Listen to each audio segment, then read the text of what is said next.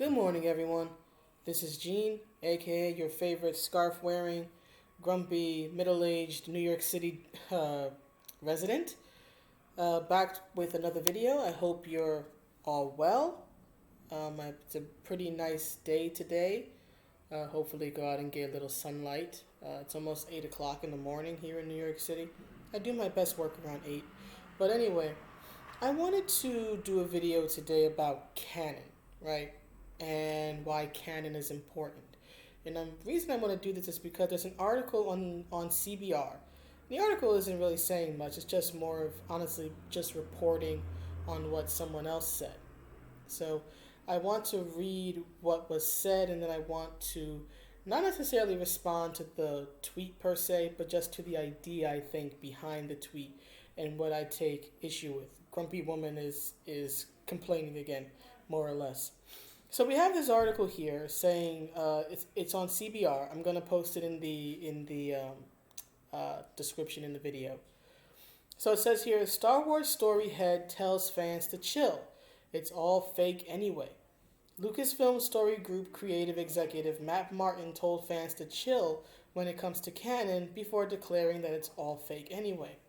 And according to the article, it says this. It says here that Lucasfilm Story Group creative executive Matt Martin responded to a fan question on Twitter regarding canon versus non-canon, right?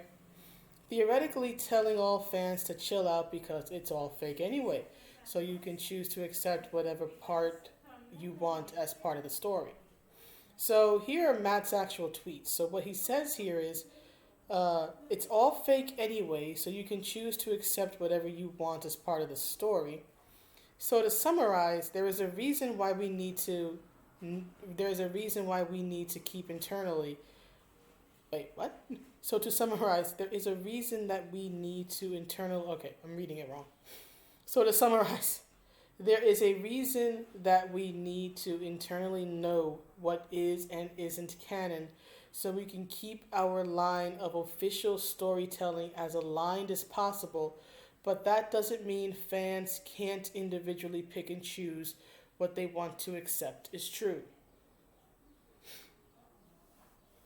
So here's the issue that I take with this, right?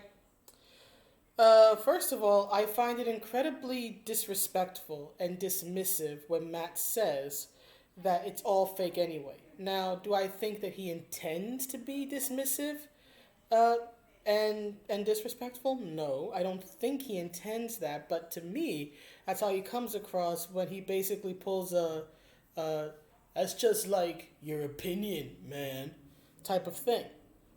Right? Saying it's all fake anyway. It's like telling a pro wrestling fan that it's all fake anyway, so what do you care? We know it's fake. We also care because we care about the performance and the story being told and the wins and the losses and all this other stuff.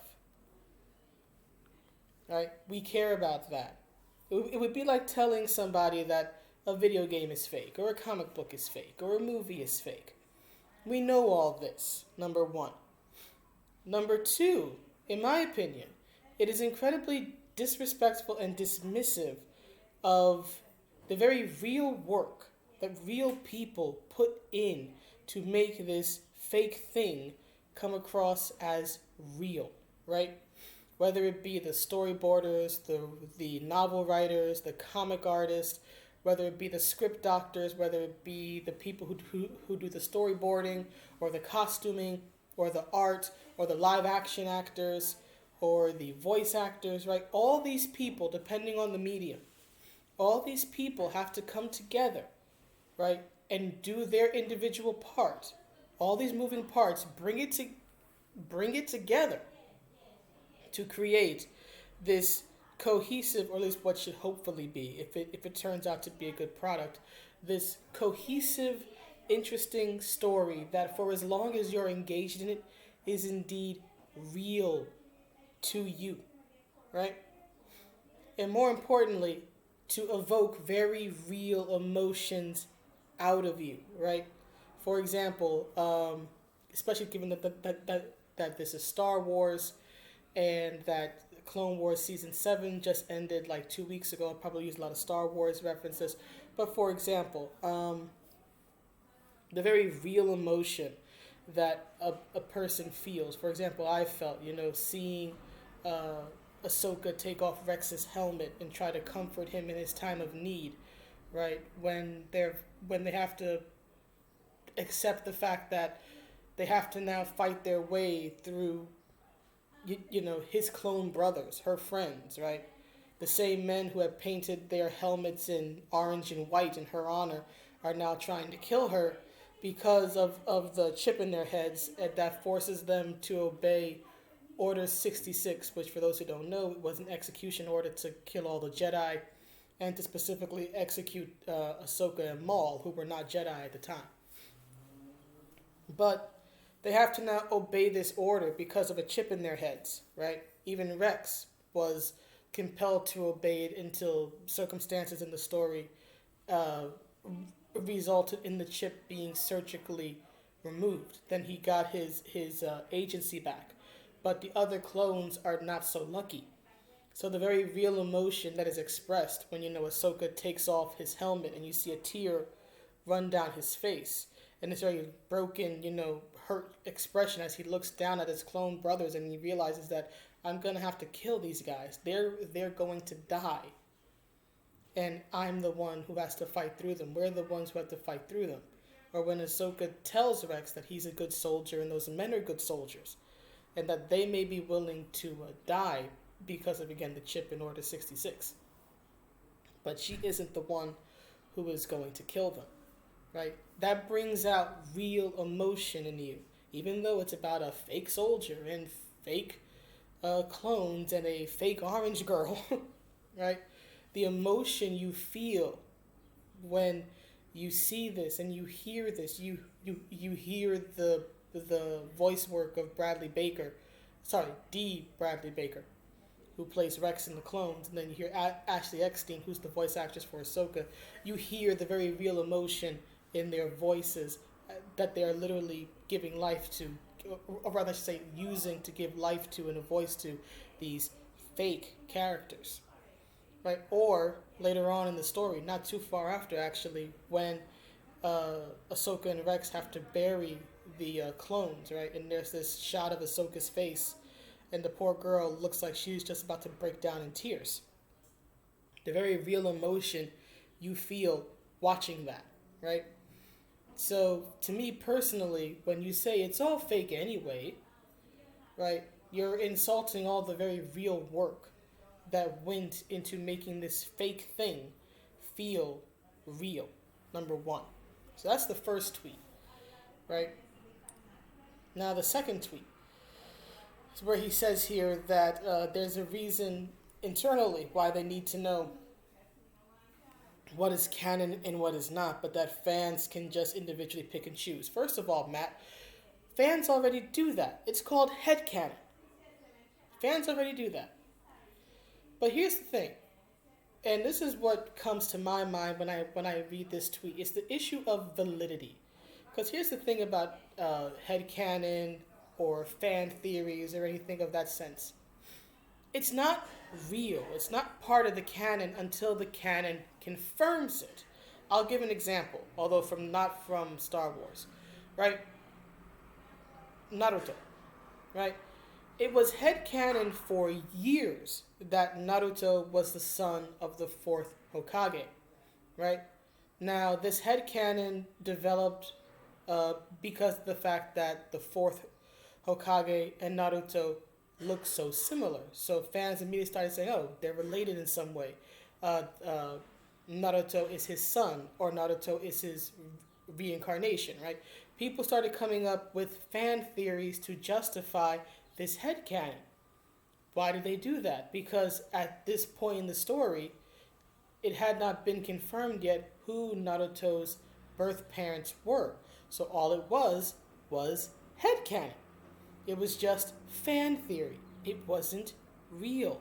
It didn't become real until it was actually addressed and acknowledged in the work itself that yes, Naruto is the son of the fourth Hokage. Right? And the issue of validity is incredibly important in canon, so you know what officially did happen and didn't happen. Now, are fans always going to agree with the canon? Agree with the official take on events? No, of course not. But that doesn't mean that it's not important to fans to know what is and is not canon. It's very important to fans, whether you like a certain character or a certain scene, whether you're a shipper and you're just waiting for that confirmation. It's like, is my ship real? Is my ship real? Are they canon? Are they canon? And look, I'm not even gonna like front. I've been on the shipper side too, like real talk. When like FMA ended and then like what was it? I think the third art book came out, or like translators were like reading it and translating it and all that. And when they said that there was like definitive proof in there that like Roy and Hawkeye actually are in love with each other, more or less, I was like, where? Tell me, show me. And then of course it was revealed that what Arakawa said was that she couldn't get Roy and Hawkeye to marry because if they did, then they would no longer be supervisor and subordinate. She also confirmed that, at least from what I read, what I heard, that they will work together and be together as friends and as partners for the rest of their lives. So I was like, okay, it's not quite the confirmation I wanted, but I'll take it. Because like, why? Because it's like, okay, because the way she said it, it's like, okay, the only thing that seems to be an issue here is the fraternization rules in the military. That seems to be it. It's the only thing. So yes, it is important to fans to know what is valid and what is not valid. And so he says that, they need to know. So Matt acknowledges a need to know, but he says, "Oh, internally we need to understand, but you fans don't need to understand. You can just choose whatever you like." No, Matt, that's not how it works. What is valid and what is invalid is very important because canon is basically the historical record of this story, of these characters. So we need to know from a historical perspective, right? What is and is not, what did and did not happen. Even for something that is fake, that is important. I'll use a sports example, right? Years ago, when Penn State got caught up in the Jerry Sandusky sexual abuse scandal, right? One of the penalties against them was that their sports record, right? I think it was their football team. Their sports record from I forget exactly which dates. I would have to look it up, but their record for like many years, right? Basically, during Sandusky's tenure, more or less, wiped out. All of those wins, all of those trophies, all those achievements now invalidated. All the work that people who were not connected to it in any way, right? Just regular athletes, student athletes, college athletes, people who had nothing to do with this, all their hard work suddenly invalidated. Just like that. That record is now no longer true. If you look up Penn State's history and their record in football, like 50 years from now, all those wins, it's never going to be officially acknowledged. And yes, that's important. That is important. Another example is Lance Armstrong, when he was finally caught and proved to be doping, right? All those Tour de France wins, right? Invalidated. Now on the official record, that never happened. So all that work, even with the steroids, you still have to train hard. So all that hard work he put in, invalidated, just like that. The historical record of Lance Armstrong's career is forever changed, just like that. So if it's important in something like sports, how is it not important in something vague like Star Wars, especially since Disney has been caught putting their hand in the cookie jar that is the expanded universe that they claimed was no longer canon once they bought Lucasfilm, right? But now they're bringing in characters from the expanded universe, such as Grand Admiral Thrawn, I think the name is, and other characters. There are people who are much more knowledgeable about this than I am. And even I, a layperson, have noticed that they've been sticking their hand in the cookie jar, choosing from this expanded universe, right, that they themselves invalidated and said, look, it's not canon anymore. They're picking and choosing what is canon and what is not, right? That is, in my opinion, not fair to the fans, right? Be respectful, be consistent. Let the fans know what's canon and what isn't canon. Let them debate amongst themselves, whether they agree or disagree, because fans are going to do that anyway. Fans will always consider something that is not canon to be their canon, right? Head canon, and fans will consider something that is officially canon, right? They'll say, "Oh hell no, I don't accept this," right? Right? I reject your reality and substitute my own. A perfect example, at least for me, because I'm much more knowledgeable in it, is Mortal Kombat, right? They officially, right, changed Sindel's lore, right? And they wouldn't even cop up initially that it was a retcon. You have Stephanie, whatever her name is, right? The lady at NetherRealm Studios on the Combat Cast saying on a video, it's public record, that it was not a retcon, it was not shenanigans, that it was the official lore, and that it was an expansion of her lore and of their character. Now, old heads like myself, who knew the lore from back in the day, said, hell no, this is a retcon. I know a retcon when I see one. It is discontinuity to me. And it remains that way. But officially, at least up until Mortal Kombat Aftermath comes out and confirms or deconfirms whether or not they're going to use that DLC to retcon the retcon, which is what I think is going to happen personally. But up until that happens and it's confirmed in the work itself that Sindel is going to become good again, or they're going to justify why she's evil or whatever it is, officially, right? Officially, Sindel has been and has always been evil.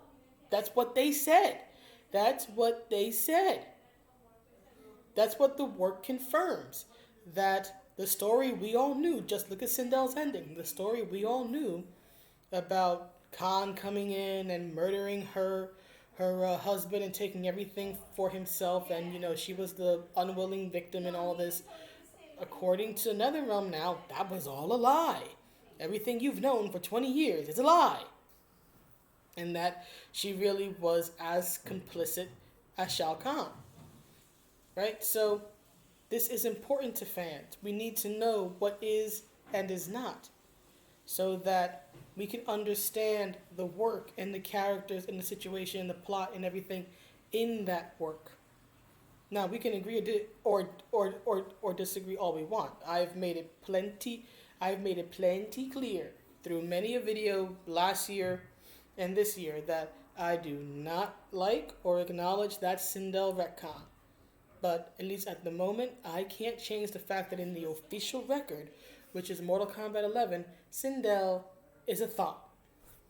I hate it, but at the moment, that's the official record until they change it. And I do hope that they will change it in Aftermath. But I'm just using these examples to show why canon is so important. Canon helps us to understand the story. Canon helps us to understand the characters. If you come into a situation or a cutscene or whatever and you don't have the context, you don't have the canon, it's not going to make sense. Right? It's like watching, again, Ahsoka staring at the clone graveyard, or her taking off Rex's helmet. If you don't have the context leading up to it, if you don't have the canon leading up to it, these scenes are not going to make sense. You may even misread these scenes. For example, people going, "Oh my gosh, she should have kissed Rex." No, you sickos. She shouldn't have kissed Rex. She didn't kiss Rex, thank God. But no, it's not that type of scene. It's not the type of moment. And you'll get that either A, you're shipping them, and why are you shipping them, you sicko? And B, right, if you don't have the context for the scene, right, the fact that now all these clones are after them, and these are the same clones that Rex once led, and that welcomed Ahsoka back with open arms to the point of painting their helmets in her honor, and now these same people are trying to kill them. Once you have the context, the scene makes a bit more sense, as does that scene, and as the graveyard scene. If you watch the graveyard scene without the context, it's like, okay, you have a girl here staring at a graveyard, right? It doesn't have the same emotional punch unless you know everything that built up to this moment, or another Star Wars moment where it's a few episodes earlier, but it's when Anakin is called back and he sees Ahsoka for the first time through the holocron thingy, the holo transmission. I think what the terminology is, right? But he gets this, awestruck look on his face, like he's just seen a ghost, right? Now, if you're not familiar with the history between Anakin and Ahsoka, his response might seem weird. It's like, why is this mere woman's presence, shocking him into silence? But if you know, right, that Ahsoka left the Jedi Order and that Anakin probably hasn't seen her since, and it's been about, a year, right? In the story since she left, right, and this is a girl that he's come to love as sort of like his surrogate little sister. So imagine seeing your brother or your sister, or rather you haven't seen them in a year and now you're seeing them again, right? If you have the context, his awestruck reaction to seeing her again makes sense. If you know the context, his hurt at her very cold professional treatment of him makes more sense if you have the context, have the canon, and understand, oh, she left. He took that very hard. He didn't really come to a peace about it. That's why he's so upset. She's still upset about how the Jedi treated her. So that's why she's sort of, taking it out on him in the way she treats him and all this stuff. Having that context of what happened at the end of Season 5 makes these scenes in Season 7 make sense. But if you don't have that canon, or if officially it was somehow stated that, Ahsoka never actually left the Jedi Order, it's not canon anymore, right? You've now just changed all the context in these scenes and between these characters to a point where it doesn't make sense anymore. And I want to be clear. I understand, because I've been playing video games and reading comics and all this stuff all my life, in one way or another. Canon is this malleable thing. You can add to it, you can take away from it. That's all very true. I'm not saying canon is set in stone. It's not. But certain elements within canon are. Even within canon, right, there are boundary lines, and you need to stay in. You need to color within those boundary lines. Otherwise, the fans who have come, especially since, if you think about it, a lot of these franchises, right, are established works that have years and years and years of history and continuity behind them. And if you start coloring outside the lines, not a little bit, but just just scribbling all over the place, just totally making a mess of it, and then you basically tell fans that, oh, you don't have a right to an opinion, right? If you just dismiss everything and just say, oh, only what I think is canon, well, guess what? You're gonna have a lot of pissed off fans. There are certain boundaries that you have to respect within a continuity. And you can still do plenty of work and be very creative and tell different stories that haven't been told before, or introduce different characters. The Clone Wars is a perfect example. The Clone Wars is something that, according to Star Wars lore, did happen, and it does fit in during the prequel series. But it was also used to introduce original characters that were not in the original prequel series or even referenced in the original first three films. For example, Ahsoka. She was introduced in the Clone Wars. She did not exist until then. Right? They used this situation that had happened in the canon, right? It's mentioned, I think, in the first film by Obi-Wan Kenobi, or rather, actually, it's Luke. Luke asked Ben, he said something to the effect of, like, you fought in the Clone Wars? And then Ben answers yes, right? So they're able to take this situation that was acknowledged in the first film, but never really expanded upon, and use it to expand upon and expand on the greater Star Wars universe during this conflict, but also use it to introduce new characters who didn't exist originally, such as Rex, such as Ahsoka, such as Cad Bane, and a bunch of other people, Luminara, Ventress, so all this other stuff, right? This was used as a vehicle to introduce these characters who were new, right, but still have them fit within the context of the greater Star Wars story. That's how you respect, at least in my opinion, that's how you respect continuity, right, and respect the boundary lines that exist in the story, and still use it to introduce characters and situations that are new. And then you just put it out there and see, well, are the fans going to like it, or are they going to hate it? Or in the case of Ahsoka, right, people hated her at first because she was a bratty teenager, but the creative team behind her and behind Clone Wars in general said, hey, we get it. She's annoying right now, but we're telling a story here. Give us time. Follow the story and you'll come to love her. And guess what happened? They were right. So that's pretty much the video. I hope that you guys enjoyed it. I hope you all have a good day or night wherever you are. And I will see you all around. Bye.